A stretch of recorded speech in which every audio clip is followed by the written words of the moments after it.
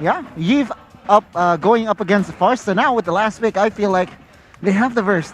They have a marksman Barrett as a jungler here. They're playing for the side lanes. Adding more sustainability. Yeah, it makes sense. It makes sense. Remember, they are going up against Beatrix and as well as Hayabusa. So, somehow picking up an invulnerable hero, I feel like. What are your thoughts on this, though? Because the thing is, you're picking up a low mechanic hero on Sans. You need to utilize that from Sans. Let me guess. I feel like this Barats will use the Demon Slayer emblem, for sure.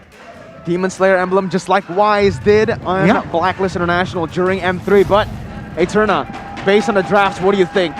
Bruh, it's difficult. It's difficult, but what I can say is RRQ HOSHI, they're all sitting on their comfort heroes. Franco, Hayabusa, Yuzon, Beatrix, as well as Farsa. They do have high ground. It's going to be difficult, of course, with the Yves in Onyx hands, but let's go, RRQ HOSHI.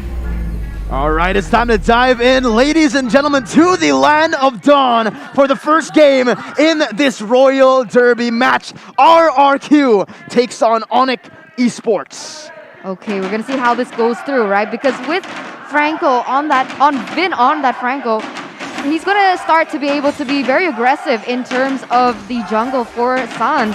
I think one of the winning conditions, oh, there we go. A hook already lands onto Keyboy. He is trying to disrupt the farming pattern coming in from Sans. But interestingly enough, Sans is with the Demon Slayer emblem here, guys. Yeah, so he wants the farm, he wants that utility somehow.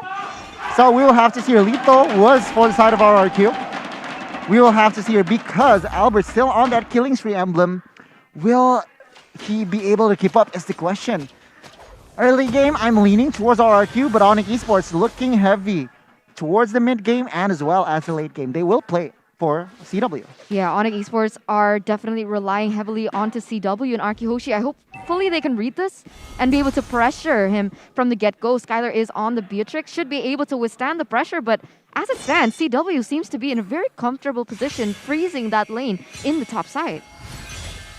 Both teams just playing very, very passively in this moment. Skylar just farming with this 1-1 on the hands of CW. It is very, very scary. Albert jumps in with the quad shadow, able to get the shurikens down, and that's going to be the follow. First blood for RRQ. Presented to you by the Samsung Galaxy A series. When you're on a hero like Yves, you really don't want to play that aggressive. Especially against Vin, as well as Clay. Wow, okay. Yeah, most definitely. So already here, RRQ building their lead in the early game. What can they do next is perhaps contesting the turtle. Shadow kill gonna be popped. CW has nowhere to go, and that's another kill for RRQ. 2-0, but a fight goes in now. Sans not able to take the turtle. It's gonna be the feather airstrike picking it up. Samo now gonna be the target as R7 dives in with a furious dive. Samo flickering onto the other side, but Clay is on point. Gonna be able to dash in for the damage, but now the real world manipulation is gonna be able to lock him down. R7 goes in for a furious dive under the turret, and Albert's there to pick up the scraps. Boots gets taken low. No, he's still able to get away. Keyboy will be flickering out of that, but it is still RRQ 4-1. Yeah, R7 getting traded back with his very aggressive movement under the turret. He was able to get a kill, but unfortunately he had to go down in the process. And now CW is forced to get out of there because of the pressure coming in from RRQ HOSHI. And so far, my god, RRQ HOSHI has been playing very aggressive onto Onic Esports. And I don't know why, but Onic Esports, they're trying to find compensation back. Like they're fighting fire with fire. I think they should chill a little bit. Yeah, to be honest, definitely. They are somehow driven by the pace from side of RRQ, and Onic Esports, they need to slow down their tempo. Another setup here does not connect just yet, but yeah, I feel like Onic Esports, they need to realize that they will. Skylar almost just one-shots Keyboy as he's still able to get out with a circling eagle. Samo comes in for the backup, and this is what's scary about Skylar. Man. Not only is he impeccable on the Renner, the Wesker as well, Nibiru, and even Bennett. This guy is on point on every single weapon, and he's going for the damage onto CW. This might not be a wise move. Finn is here. He's looking for the Iron Hook. CW reads it well. Beautiful read by CW, moving backwards on that bush and getting back. POD secured for, almost secured for side of Skylar, but of course CW will secure that Corrosion Sky first. But yeah, I feel like Clay already clock of destiny. But what's interesting is R7 building dominance ice first. Oh, goodbye, Keyboy. Just deleted. And Samo has no damage gone in. Zero damage whatsoever here. As a mid laner, perhaps he wants the item first. But yeah, it is all still RRQ leading with the gold and as well as map pressure. Total kill points as well. So Onic Esports, they need to think about how they're going to approach this. My god, 2,000, almost 3,000 gold lead, and another free turtle in the hands of RRQ HOSHI. This is going to be the second turtle. The first one was stolen from the side of Onic Esports, and RRQ HOSHI, they're looking to claim yet another objective on the map. Wow, it nearly connects here, Mirko. Yeah, but it's going to be able to... Oh, no, he actually doesn't commit onto that. He just zones away the two members up top. RRQ looking for the siege up. And man, a different RRQ has shown up here today. Not the aggressive RRQ that we all have come to love. It's a more objective-oriented RRQ. Skylar, once again, as usual, on that Renner, able to just dish out so much damage. And he gets out. CW. Oh man, Finn! With the flicker, instantly just locks him down. Clay goes for the damage onto Boots as he's going to be melted down. Albert now with a shadow kill, able to buy some time as that's going to be the Iron Hook missing away. Albert caught in the bad situation. CW with a crossbow tang. Almost picks up two, but a very good flicker from the side of Clay to get out. Yeah, Albert has to go down, traded for Keyboy there. So very interesting positioning right now from the side of Boots as well as R7. They are still trading blows. A really good and equal lane, I would say. I mean, it's a lane, guys. It is a lane. It's a lane. It is a lane. So for now, Onic Esports, what they need to do is, I feel like they need to withstand the pressure. They, again, don't get driven by the pace from side of RRQ, which is good. Last time around, it was Keyboy for Albert, so huge trade there for the side of Onic Esports.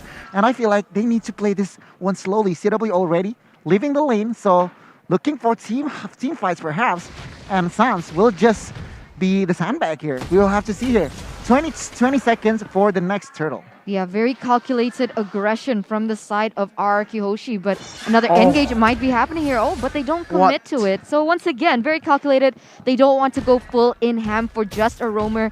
Too many resources wasted as, you know, members from the side of Onic Esports, they can easily, you know, support the movement, come back and join the fight. But once again, it is going to be Keyboy being the target. Yeah, Keyboy is going to be targeted right there, as that's going to be RRQ putting their focus mainly onto the turtle. Boots trying to open up the map right now as R7 is going to be able to zone away all the members of the Furious Dive, but there's going to be Pop. It's going to be Sans picking up the turtle with the Retribution. Black Dragon form, opening up the map a little bit more as Keyboy will be able to disengage from that one. RRQ losing out on the objective as Onic pick it up and instantly back up. Man, we can see here the composure from side of Onic Esports. Feather airstrike was popped, everything was popped, but no casualties whatsoever. So RRQ, they need to think here.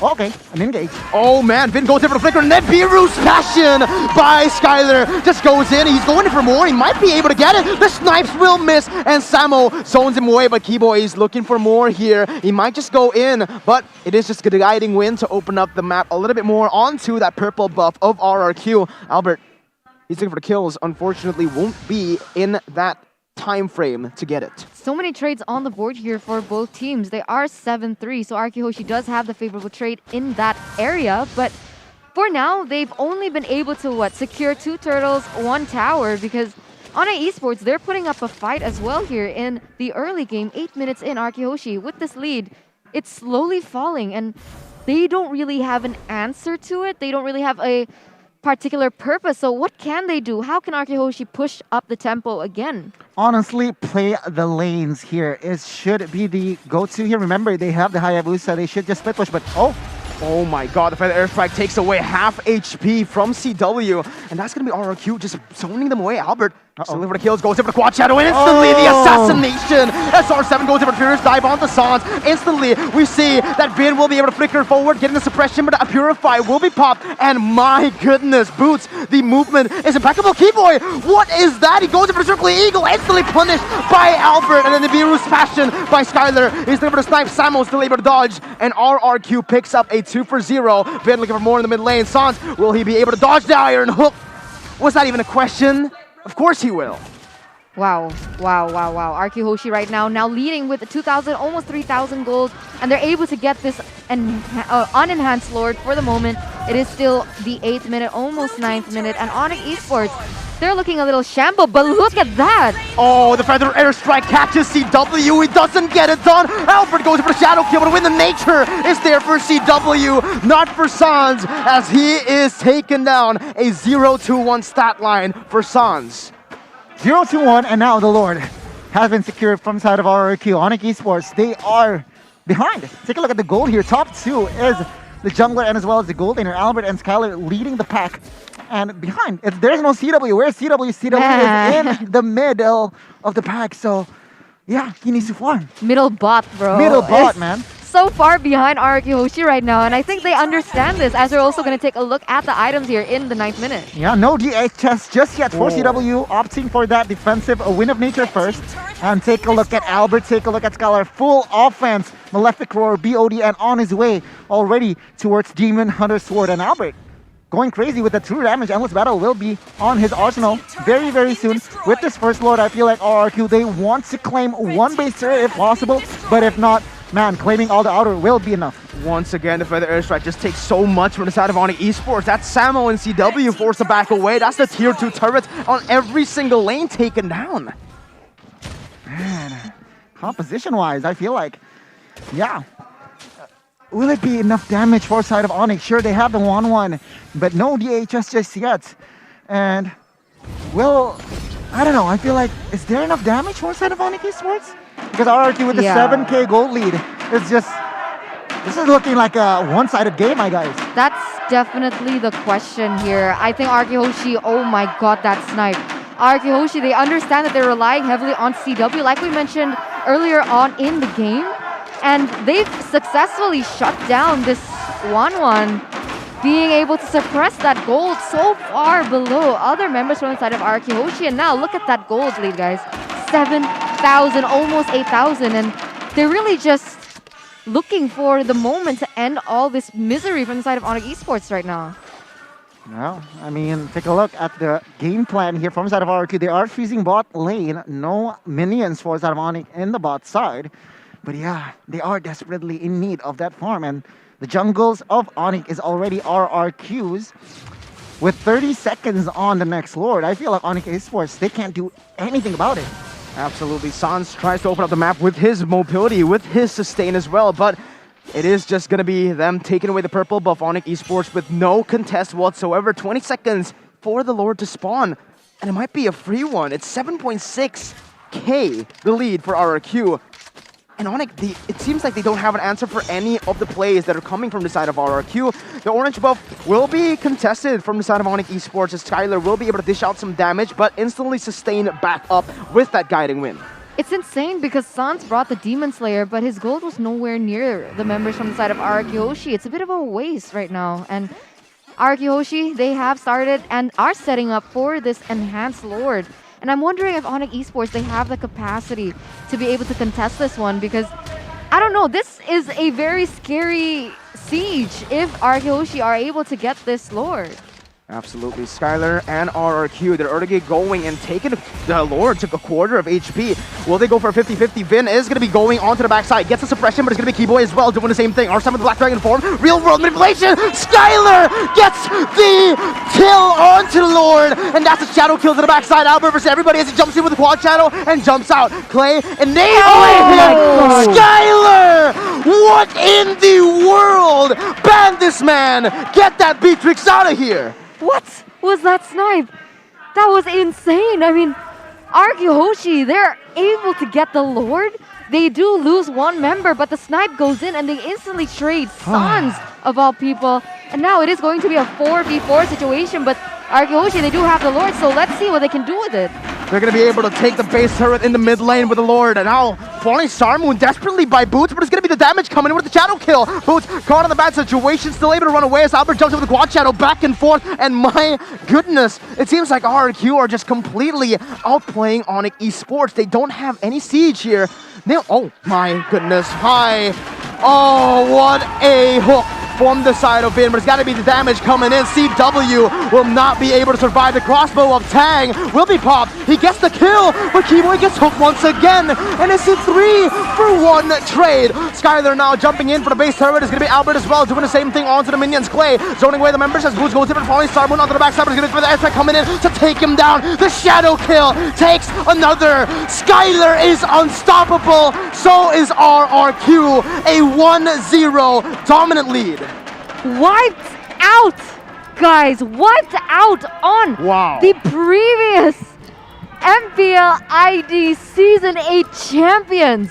Ban Beatrix. Wow. Just ban Beatrix. Just ban Beatrix. Man, yeah, they drafted so stubbornly, but yeah, oh my god, Skylar on that Beatrix, making plays right, left, and center. Taking the Lord down, and with the snipe, just sniping Sans' life. Bro, it's been 5 weeks, right? It's 5 weeks. Why are teams still testing out the Beatrix? I mean, there are enough highlights, there are enough plays on the board from Skylar on the Beatrix to, you know, need a ban. Come on. Ban away the Beatrix. Why does it keep on getting left out of these bans? Honestly, I have no words because I thought in the second phase they will pick that Beatrix up, but no, it was that 1-1. And sure, it does provide damage in the late game, but it is not enough. Realizing that it was a Barat's last pick. But I mean, to be honest, it was not just the Beatrix, guys. It wasn't just the Beatrix. RRQ Hoshi, they played fantastically. Such a clean game from the Franco, being able to deal out the hooks, the pick